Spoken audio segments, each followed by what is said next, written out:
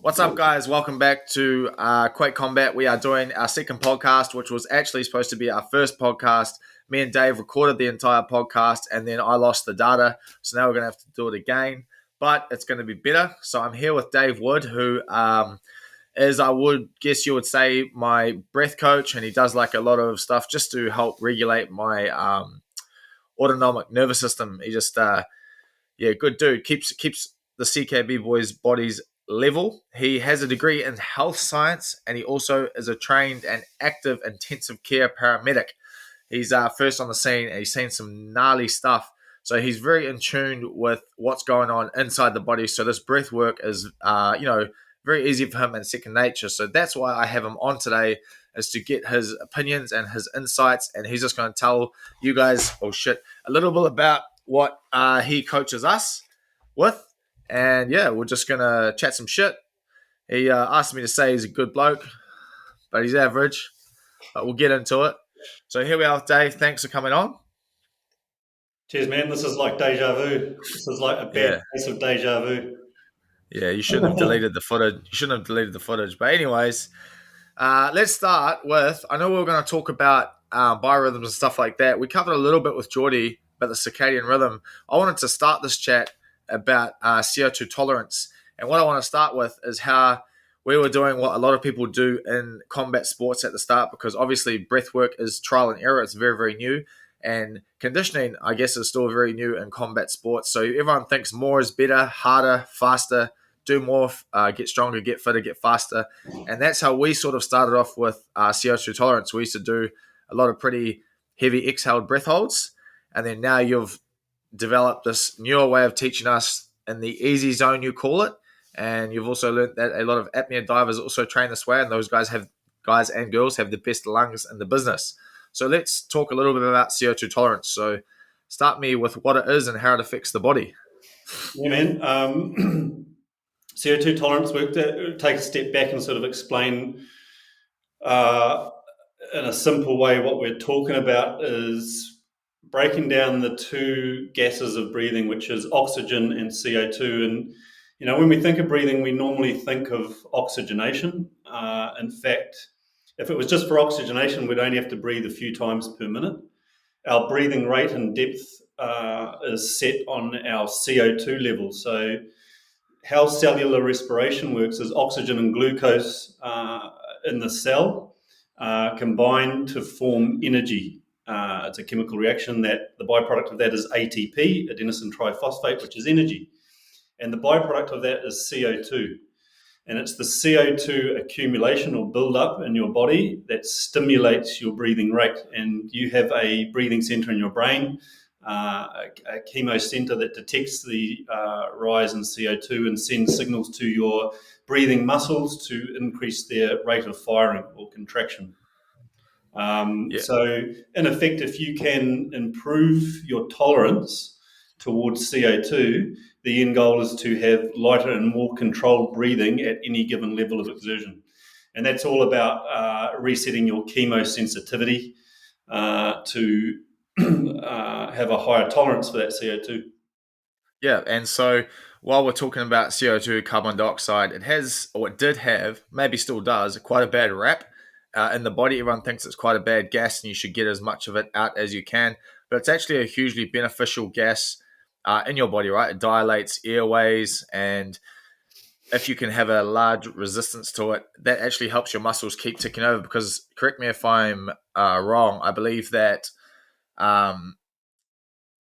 it has a huge factor in causing the buildup of pyruvic acid, which becomes lactic acid. So there's a few different ways we can break this down, but if we just think from an efficiency perspective, if you don't have a good tolerance towards CO2, so if your CO2 tolerance is low, it means that you're going to be breathing faster, you're going to be breathing more times per minute, and that has a energy cost associated with it because these are big muscle groups. The diaphragm is a big muscle, the intercostal muscles, the chest muscles, the shoulders, the neck muscles. And so, if you're breathing faster, you're using more oxygen, and then again, you're creating more CO2. So you're, in effect, stimulating faster breathing. So if you can have more controlled breathing, it has a direct effect on endurance. Yeah. Not only endurance but power production, because breathing is also very much tied into movement. With the movement of the diaphragm, we get pressure changes in both the Yeah. thoracic and abdominal cavities that help stabilize the spine and also help for distal movement. And so I've totally forgotten your question, but That's all right. Keep chatting. It's good chat. yeah. Part of the work that we do is to have specific exercises that improve your CO2 tolerance, but there's more to breathing training than that. We also want to train the breathing muscles to be more fatigue resistant, and Yeah. that's another pillar of the overall breathing training. And then we also want to be able to use breathing as a direct link to our autonomic nervous system in order to create a more calming effect. And that's all about, Yeah. yeah, that's So the all start about of that, carry on. just controlling the breathing rate. So if you have better control of your breathing rate, not only at rest but when you're exercising, you're going to create less physiological stress, and less physiological stress means less psychological stress. So you're able to maintain better focus. Right. So we can roll that back, because I just remember the question too. I was trying to remember it while I was listening to you. But what you're saying is that it helps like delay fatigue, is because I think I remember reading in that course on the oxygen advantage is that CO2 is a huge buffer for hydrogen ions.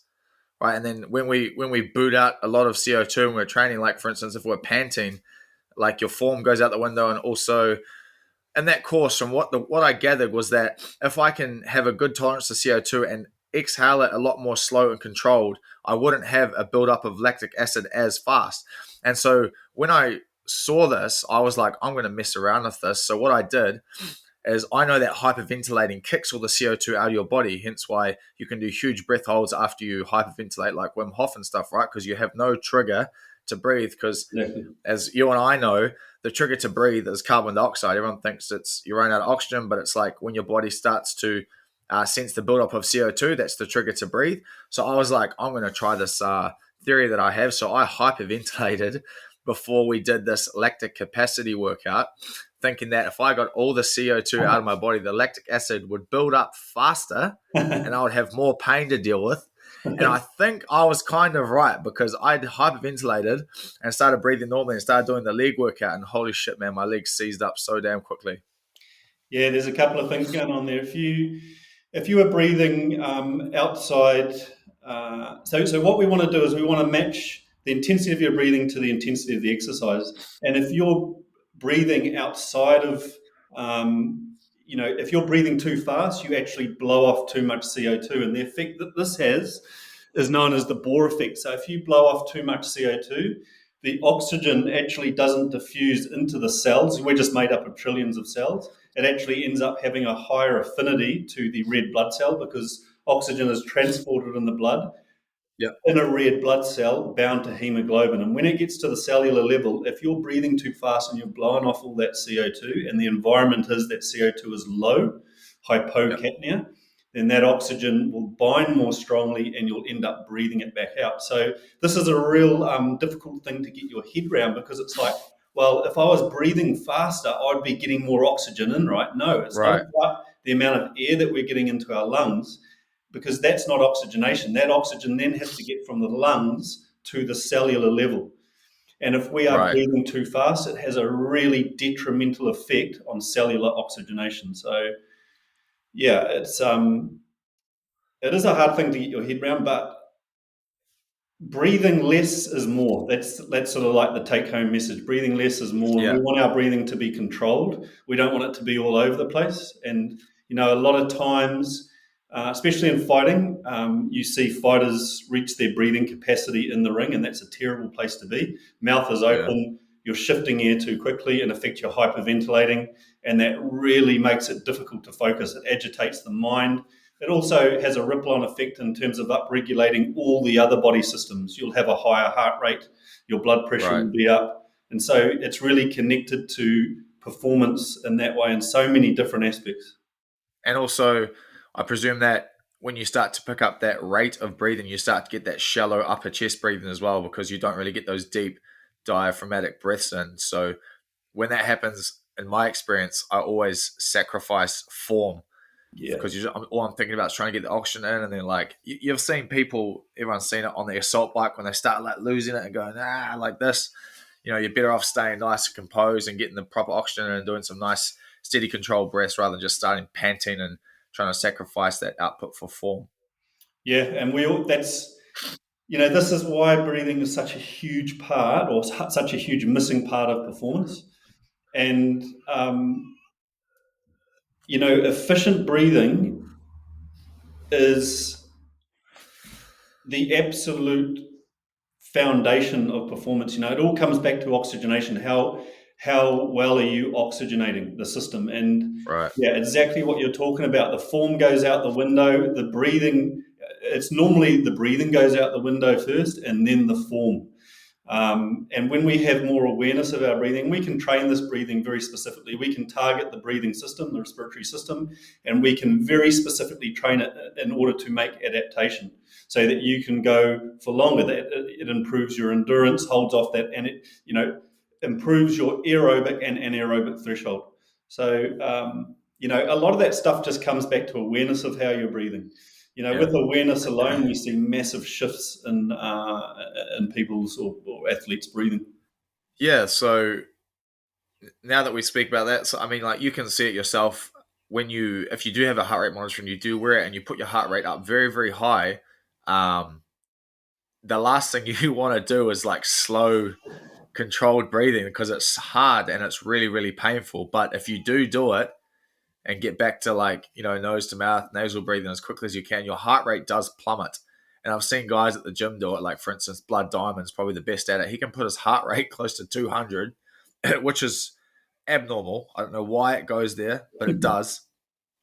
But he'll sit down, he's got these good big nostrils, and he'll sit down and start breathing through his nose, and his heart rate will go all the way down to like early 120s. So within a minute, it just goes and just plummets. And I've done it myself. I haven't got that low that fast, but when I don't do that breath work, it just sits still around like the 140s and stuff like that. But if I do really sit there and focus and do those slower breaths, even though it hurts, it does go lower, and I do start sparring better in the next round.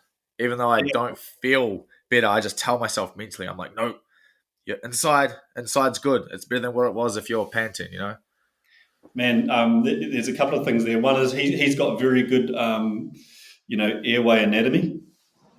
In that, he's got big nostrils. And so he has, just by being able to tap into that and revert back to nasal breathing rapidly, is going to have a pronounced effect on his recovery.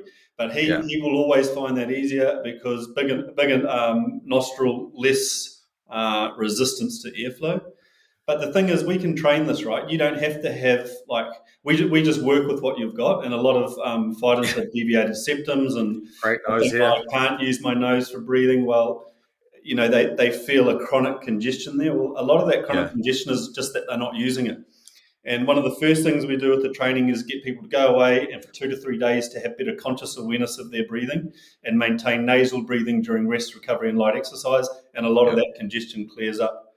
But another point that you made was, around recovery. And if we just look at fighting, that 1 minute, fights are won and lost on that 1 minute in between rounds. I say that all the time, because your ability to recover faster, if you can come out recovered, or you can come out more physiologically down-regulated than the other fighter, you're at a huge advantage. And what I mean by that is exactly what you're talking about, your ability to get your heart rate down faster, your blood pressure down faster, your breathing down faster, and be able to focus your mind. And you can 100% train for that. Yeah, and if you can also find those moments in the fight, which they are there, to switch to nasal breathing, it's a huge advantage as well. Like, whether it's you've got a hold of someone's back or something like that, you can just squeeze and start breathing through your nose, or whether there's a bit of space and you're both moving around. The benefit is huge, and like I can, I'm testament to this, because that's what I've done a few times, and I did it in the last round of my last fight. Was I saw his mouth hanging open, and I shut mine and started breathing through my nose, and I was like, man, I feel great, and just powered on. But Yeah. yes, it's a One thing crazy is, powerful thing. yeah, one thing is, Brad, you can't, like, you've spent a lot of time training this and a lot of time and energy put into training this system. And people will be listening to this and be like, right, well, you just breathe through your nose and everything will be Or they'll fine. be like, No, I do that anyway, you know. yeah, yeah. It takes a lot of training to be able to adapt Yeah, that type of breathing, especially under medium to high intensity, where you have control of the rate and you have better depth. Because if the rate is too fast, you're going to affect depth. And what we mean by yeah, depth is the lateral expansion of the rib cage and also diaphragmatic excursion. We want that diaphragm moving, and if you are doing really short, fast inhales and exhales, the diaphragm's not going to be moving that much. The right. rib cage isn't going to be expanding that much. And when you have better control of the rate, you improve depth. Yeah, Uh, it's also very hard to think about that in such a stressful environment. You think, man, the last thing I'm thinking about is breathing through my nose, or this guy's trying to like rip my head off, or something like that. But I think that's where it's most important to be thinking yeah, about that. well, that comes back to automaticity, right? Just doing the training enough so that it Yeah, ripples over and you don't even need to think about it. And what we yeah, know is that you have to do something thousands of times for it to become autonomic, right? And that's the same thing with the breathing. When you train this in this way, it just ripples over into whatever training or whatever yeah, sort of performance environment you're in. And a lot of the time, especially in a fight, you don't want to be. It's not like you're thinking about your breathing. Yeah, when you find distance, that's your opportunity to take a deeper breath and to sort of recalibrate. But a lot of time with fighting, especially when you're in close quarters, you're actually bracing. You're actually, because you're waiting to be punched. yeah, So you're actually taking very short, shallow breaths anyway. And that distance in a fight is so important to recalibrate in terms of your breathing.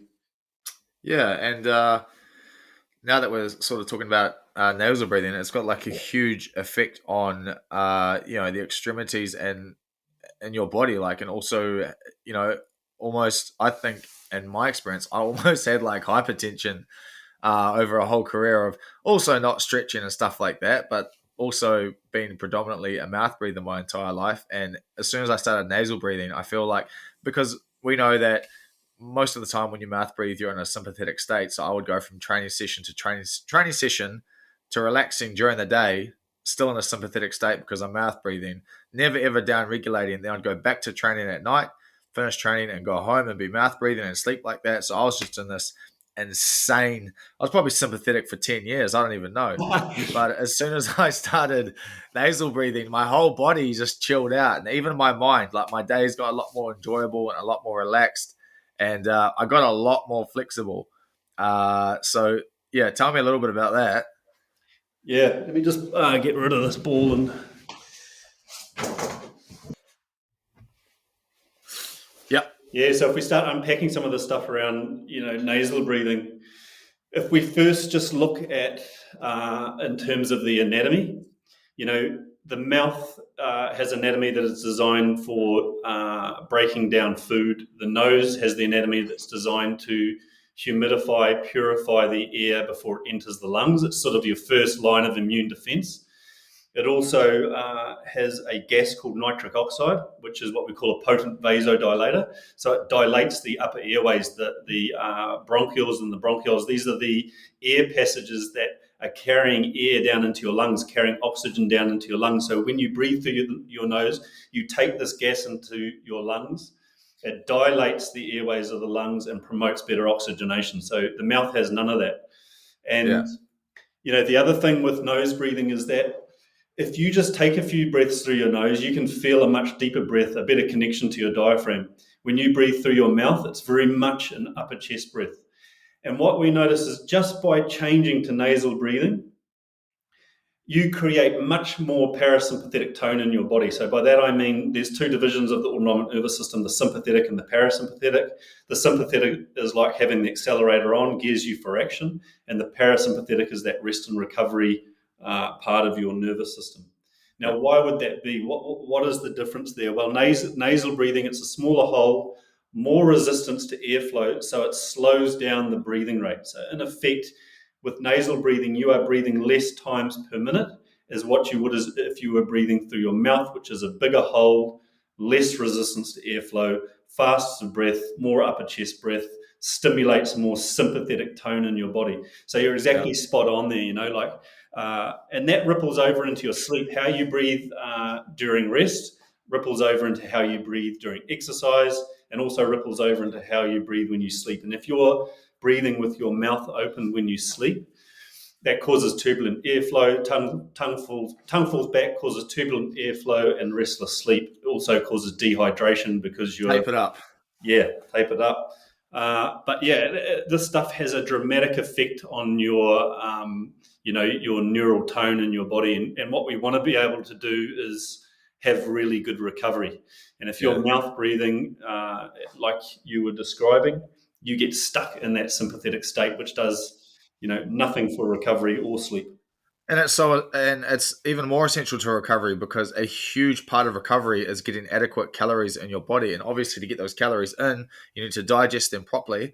And the best thing to trigger your digestive system is nasal breathing by being a parasympathetic, right? Because if you remain sympathetic, your body is driving blood to other organs and other things that are needed for fight and flight, if I'm correct. Yeah, Yep. I'm that's waiting for your exactly right. approval. I'm waiting for your approval. And No, another no. fun fact is if you stop mouth breathing, you'll probably get more stiffies. Yes. All the lads out there that aren't getting stiffies, Dave confided in me a long time ago. They were struggling. I told them to do some nasal breathing, and now he's away laughing. But why is that? Because your nose is full of erectile tissue, if I'm not mistaken, right? And Viagra is a huge base of Viagra is nitrous oxide. Mm. And so when you start breathing through your nose properly, you've got I don't know, more nitrous oxide going to your dick, something like that. You should be a fucking scientist, man. Oh man, I read that one and I cracked up laughing. But yeah, Yeah, there's one like interesting thing around, what you talked about in terms of breaking down your food and what sort of state you want to be in, and yeah, um, if you're in a sympathetic state, the prime hormone there is adrenaline and cortisol. And adrenaline increases blood flow to some areas of your body and decreases blood flow to other areas of your body. And where it increases blood flow is through to the working muscle, the skeletal muscle. And where it decreases blood flow or triggers these systems to downregulate is your gut. yeah, And your gut breaks down through food through an action called peristalsis, which is just the natural rhythmic movement of your gut. And it slows down, when you're in that sympathetic state, it slows down gut motility, and you're not going to metabolize your food how you would be efficiently if you were in more of a parasympathetic state. That's why you should eat your food at rest when you're sitting down, not rushing about, which I tend to do all the time. yeah, Uh, yeah. I do that too now that I have a kid. yeah, Sort of like standing up, watching them while I eat. But anyway, I guess that's part of life.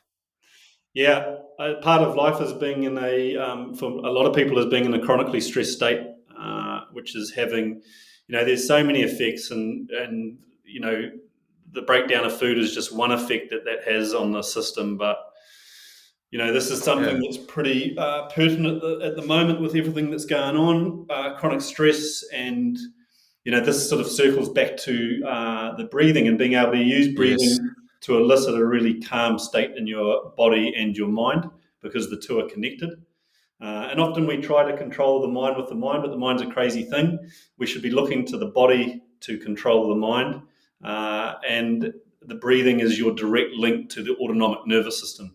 yeah, And as you know, you've done a lot of work around this yourself, using the breathing as a means to harness your focus, but also as a direct means to shift you into a parasympathetic state. So, Brad, you might want to, just talk about some of the things that you do directly post training. yeah, In terms of your breathing to shift you back into a calm state, because this is stuff this is not just about athletes. This is about everyone needs this stuff. We're all in the same boat. We're all, I think, 1 in 5 people in New Zealand with anxiety. Everyone needs this stuff. wow, that's a crazy stat. Um, yeah, don't take drugs and alcohol to calm yourself down. Just do some nasal breathing, pretty much. Drink Mm. some water. Uh, but what I do after training is actually what you taught me. So I just lie there, especially after very high intensity sessions. The lower intensity sessions, I just pretty much do them nasal breathing the entire time. And then as I'm driving home, I just make sure I'm quite relaxed. But after the really high intensity sessions where we've really put some gun work in, I just lie down and put a timer on my phone for 5 minutes. And I chuck a towel or whatever, my soaking wet t-shirt over my eyes so it goes black. And I usually stick my legs up on the wall because they're cooked. And I just inhale for like minimum 6 seconds because I feel like even 5 and stuff is too short. So 6 to 7 seconds, and I do huge exhales of like 10 seconds. So I'll go in and then I'll let it fall out for like 10 seconds. Then I'll just pause for a couple of seconds and then I'll inhale again. And then I just run that for like 5 minutes. And man, I just feel like I'm sort of melting into the mat. It's a little bit harder if there's like lights above you. That's why I cover my eyes. And I actually do that a couple of times a day now. And I've started doing another one, which was I just cover one nostril and breathe in through the opposite nostril. And then I pause and then I breathe out through the one I covered. And I breathe back in through this one. I think it's that pranayama breathing or something like that. But that one really chills me out. And I heard it's really good for like lung function, how it really centers in on each individual lung when you breathe like that. Yeah. A couple of things that you mentioned about prolonging the exhale, that 10-second exhale. And for some people, a 10-second exhale would be very, very stressful. Yeah. But the reason why you have higher cadences, we call them breathing cadences, is because you have a high tolerance to high CO2. So for you, you would aim for a higher cadence and a longer exhale. But just to unpack that a little bit, the inhale phase, the in-breath is more active, and that's more driven by the sympathetic nervous system. And the exhale is more passive and creates more parasympathetic tone. So with this cadence breath work that Brad's talking about, it's all about prolonging that exhale phase to create more parasympathetic tone. And what we're actually doing is shifting from a sympathetic state, prime hormone adrenaline, into a parasympathetic state, where there's different hormones that down-regulate the system. And obviously that's what we want to do post-training, especially if that training's in the evening where you don't want adrenaline. You want, the hormone. I want to go to bed. Yeah, you want the hormone melatonin, which is released by the pineal gland, and that stimulates sleepiness. Yeah. So yeah, it's powerful. The cadence breathing that you're talking about is powerful. Everyone has access to it. If you've never done any of this before, to start a practice, all you have to do is inhale, hold your breath for a few seconds, and prolong the exhale. And I like to use the cue, imagine you're melting into the ground, and that will, 3, 4, 5 minutes of that will shift you into a very calm state. And whenever your mind shoots off somewhere else, just drag it back to the breath. Because like I had a really bad, still do, a monkey mind. I think it's what it's called, is where it's just like always thinking about random shit, like what's coming next, what I did in training, like a position that I messed up. But when I do that, I just literally try pitching my lungs inflating and going out, and just every time my mind shoots off somewhere else, I'm like, and pull it back. Because it's very easy to do that for 5 or so minutes and get zero benefit if you start thinking about something that gets your heart rate jacked, which is very easy for me because I'm very competitive. I just think about a position that maybe Bo got me in and I want to bash him tomorrow for it, and it just sets me off again. I got to start again. But yeah, that's the best thing I've found, is like really focusing on my breath, like almost meditating, which is very, very tricky for me personally. Yeah, so there's two things there. You're training your breathing, and you're training your breathing mechanics when you do that, because you are focusing on expanding laterally. You're focusing on activating your diaphragm and getting that really good diaphragmatic excursion. You're also focusing the mind. And if we just talk about fighting, it's 20 minutes of sustained focus, and you can train for that. And that's exactly what you're talking about. You're talking about shifting your focus from an external noise into a full internal focus, and that is into the zone. Yeah, into the zone. intense focus and concentration, and you need to be able to train that. Yeah. So it's an incredibly powerful form of, I guess, meditation, doing that style of breath work. But it also has the added benefit of tapping into, these intricate systems that we have that are designed to control stress and pressure and the emotions that come with stress. Fear, apprehension, tension. So, it's like I said, we often, the mind is not the best place to control the mind. The body is way more equipped to be able to control stress, Yeah. both, acute and chronic. Yeah. Crazy thing. Mind and the body is a very, very crazy thing. And you were saying before that, I had a good CO2 tolerance, which is, it was true for a while. I did have a very, very high CO2 tolerance, but just like anything else, as quickly as you stop doing it, you will lose it. And a great thing about the CO2 tolerance and nasal breathing when I brought that into my life was my asthma left. We talked about this last time on the deleted episode, that I had asthma my entire life, very, very bad, and I always relied on inhalers. I'd have them at training. I had, my coaches at fights have them in the corner just in case. A few times I got really bad asthma during fights and hold my breath and just keep fighting. And, when I was younger, if I stayed the night at a mate's place and I didn't have my inhaler, I'd freak out and just instantly get asthma just through my mind. I'd make myself panic and I would walk home. I'd get my ass home like 10, 12K, however far it was, wherever my inhaler was sitting, I would get there. And when I started this nasal breathing and CO2 tolerance, my asthma left. And I thought that I was going to have this shit for life because my dad told me he grew out of his at like 20 or something. And then I got to like 20 and it was still bugging me. And I just accepted it as a fact that I was going to have it. And lately I haven't been doing as much CO2 tolerance as I used to, or like diaphragmatic training or anything like that. And my asthma did come creeping back a little bit. So I really dug down into it the last 7 days and my asthma has left again. So it's like anything else. You have to stick to it. And now we'll talk about the CO2 tolerance training, which I'm not telling you to do every day. I'm sure Dave's not going to tell you to do this every day either, because it's a very high stressor on the body and you'll be shitting yourself all the time. But just give us a couple of examples on exercises that would do for CO2 tolerance, and also why I nearly shat all over your floor on multiple occasions. I think just to simplify this, all breath training is CO2 tolerance training because it comes back to CO2 being the prime stimulus to breathe. Oxygen has to get really low to be, the primary driver of your breathing rate and depth, much lower than what you'll be doing when you're doing the type of training that you're doing. But what was the question?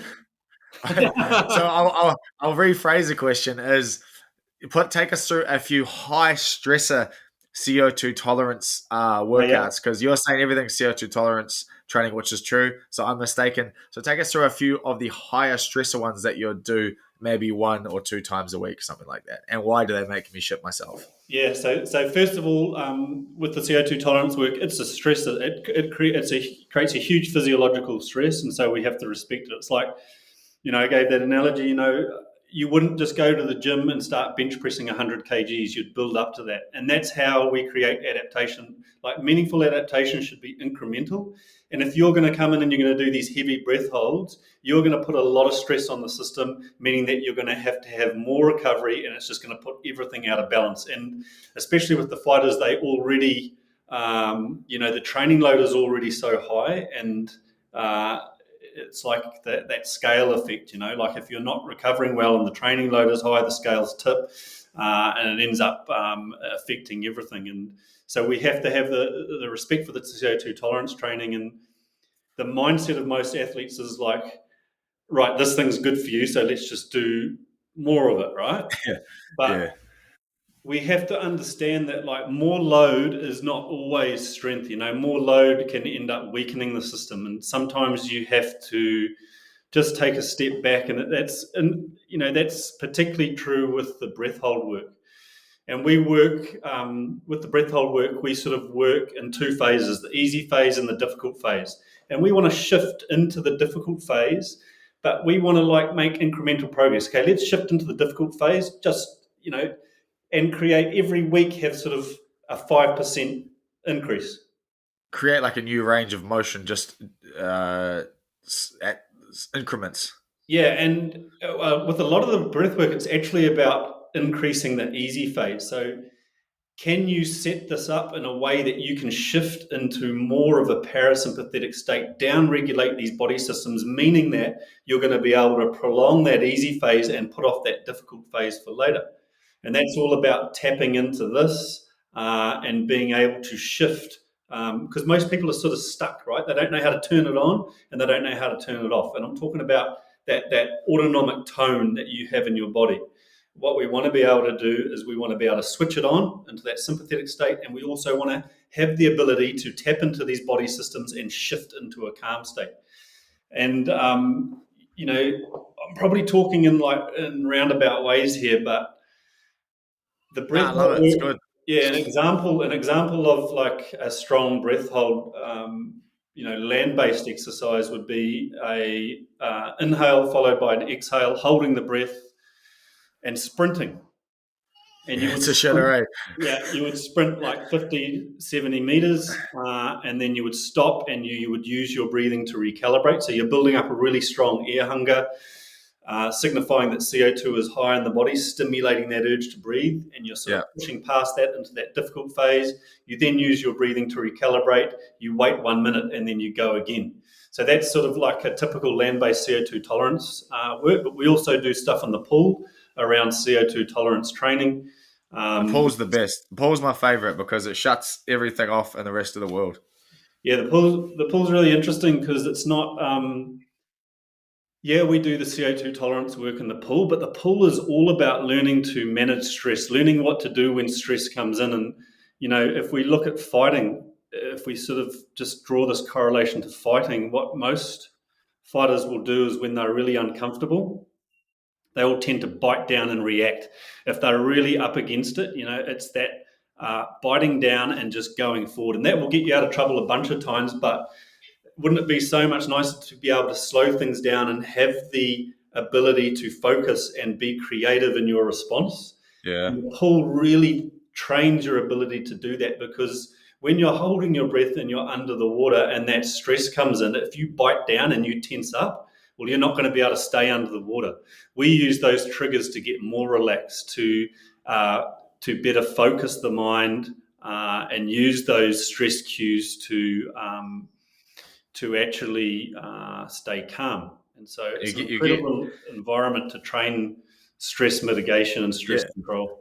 And you get great at talking to yourself in your own head because I'll be crawling across the bottom of the pool and I'll be like, oh, I need to breathe, and I'll be like, nah, shut up, idiot. You've got heaps of oxygen. You're fine. You can come up whenever you like. You don't have to stay down here. And then I'm like, yeah, no, I don't have to stay down here. I'm all good. And I'll just keep crawling again. And then like your body gets this like calm second wind again. Then you're like, nah, I'm okay. I'll just keep going. And then you get to the end. You're like, oh, I was fine. I was just being a little bitch. Yeah, it's interesting, eh? It's like I always tell people, you have an option. When there's stress and pressure and fear and all that stuff, you have two options. One is to buy into it and let it affect you, and the other is, to observe it, but to remain focused and calm. And, Yep. and sometimes that's just a choice. Sometimes it's just like exactly what you're talking about. You're crawling along the bottom of the pool and you feel that stress come in, and at that moment you have choices to make. Yeah. And you can choose to use that agitation to your advantage, because that's like, that's adrenaline. And what we want to be able to do is use that, work with that agitation, and remain calm. And I think it's a great environment to train your ability to do that. I would put a caveat in there, and that's that no one should ever do any form of breath hold work in and around water unless you have someone trained that's observing you, because Find the deepest pool with the heaviest vest and jump in by yourself. Yeah, I get so many messages from people. Woody's movement workshop. Yeah, I get so many messages from people. Oh, you shouldn't be doing that. And well, actually, we, we've trained for this and we understand what we're doing, and we're not just chucking people in the pool and it's way steep. It's way steep, and there's heaps of us.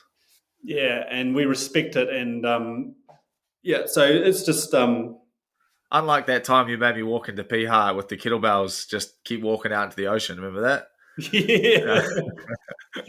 Nah, I'm joking. He didn't do that. But that was actually one of the most stressful times underwater I've ever had. That I managed to calm myself down. It took me a good 3 or 4 goes. Was what we do is go into this really shallow bit of water, maybe like just over knee deep, with a kettlebell, and you just put the kettlebell in the sand, and you lie down, and the ocean's sort of pulling you around. Obviously, we had some of Dave's mates there keeping an eye on us. These like guru surfer guys. So if we went going out, the current would be okay. They'd come get us. But the reason it was so stressful is because one, your body is getting pulled around, and two, you can hear it. You hear like the ocean coming, like, and as soon as you hear it, your body just automatically goes, "Oh shit," and braces up. But if you just went limp, which took me about 4 goes, I managed to get like, I think the goal was a 1 minute breath hold or something like that. But the first time was like a 6 second breath hold. Mm. Yeah, Yeah, it says a lot about, I think there's so many cool applications where we can take people out of their environment and put them in a totally different environment and challenge them and start working this stuff out, because once you work yeah, it out there, like you experienced in the water with the kettlebell, very disorientating. You've got the waves coming in, washing you around. You can't see anything. It's pitch black, and you actually feel yourself moving. And it's all stress. It's all this input that's coming in, the stress that's coming in, and what are you going yeah, to do with it? And when you work it out, like when you take the time and work it out, that has a ripple on effect through every single facet of your, not only performance, but also your life, your ability to control stress better. And this is where like the ice bath really comes in. Like I really love the use of the ice bath as a form of, you know, training your ability to control stress. And we see the ice bath is like rampant through social media now, and you see some guy like sitting in like the most horrendously cold water, and you don't even blink an eyelid. But the fact is that stuff is incredibly challenging. And on a micro level, yeah, it is everything about being uncomfortable and about pushing your fear barrier. And, if we just yeah, go back to that, to anxiety, people that have chronic anxiety and even depression, these people create barriers. They put these barriers around them. They think that these barriers are supporting them, but actually all the good shit in life is on the other side of those barriers. And when you get yeah, those people in this environment, get them in the cold water, get them to control stress by tapping into these intricate systems that we have, the breathing, the yeah, mind, um, and they can control that. Well, it's like they get out and it's like a light bulb moment. It's like, holy shit, if I can control that, if I can use, my own internal, system to control that stress, my man, own mana. I can apply that to all these other facets of life. It's like Yeah, breaking down those barriers, man. That's what we've got to be looking at. That's what we've got to be doing. And I just think, 1 in 5 people in New Zealand with anxiety, it's crazy. It's crazy that we're not, especially, at this pandemic that we're having. I mention this all the time. I think this is such a good opportunity for people in the health sector to come out and talk about this stuff, ways that we yes, can yes. bolster our immunity, simple things that we all have access to. Instead of the little white pills, instead of the little white lab cooked up things. Yeah, man, That's it's shit. I'm a big hater of those. yeah, those pills are all designed to, increase the amount of serotonin in your body, and we can get that naturally, man. We can get all those good hormones, those feel good Yeah, neurotransmitters and hormones. We can get it all naturally. We just have to take a step back and tap back into some of this rad stuff that is accessible to everybody. 100%. And like you just said before, I feel like if you're not challenging yourself every day, even if they're little micro challenges, you're not living. You should try challenge yourself in some aspect of life each day, and get yourself that little dopamine fix and that adrenaline rush. Because there's nothing like a challenge that does that to you, And that was a good 45-minute chat. So we're gonna wrap it up, and huge pleasure to have you on, Dave. I hold you, very high in my regard for what you've taught me, and it's been very, very life changing. It's been very, very simple. I'm super glad that BJ recommended me to you in the gym that day, and ever since then, it's been nothing but good times and good vibes. So if you guys want to get in with Dave, he has like his Instagram and his YouTube and all that. And I know he's been doing a ton of filming during this lockdown, so he's got some awesome stuff coming out. So we're going to put all those links in this video so you guys can follow him and improve your quality of life, really. for free because, like they've said, everybody has access to this stuff. We're all built with it. And so we may as well use it because we're only on the planet for so many years. And we may as well make those years a bit longer by looking after ourselves because health is wealth. Do you have anything to add? No, man, rad to have a chat to you and look forward to the build-up for this next fight. Yeah, it's coming up, eh? Hopefully when I stop this video, I actually save it too. Otherwise, we'll be having this chat again in a couple of days. But I love chatting to you. I'll make sure I push save. And hopefully tomorrow, Monday, we are on level 3. But today, 24 more cases of COVID. So that probably means level 5 for New Zealand. I don't watch any of it, so I don't know what the hell's going on. But yeah, hopefully it all returns back to normal quickly. Just living the life over in Piha. Anyway, thanks for tuning in, guys. Make sure you get in contact with Dave if any of these issues that we've talked about are in your life, and he will help you to the best of his ability. Peace.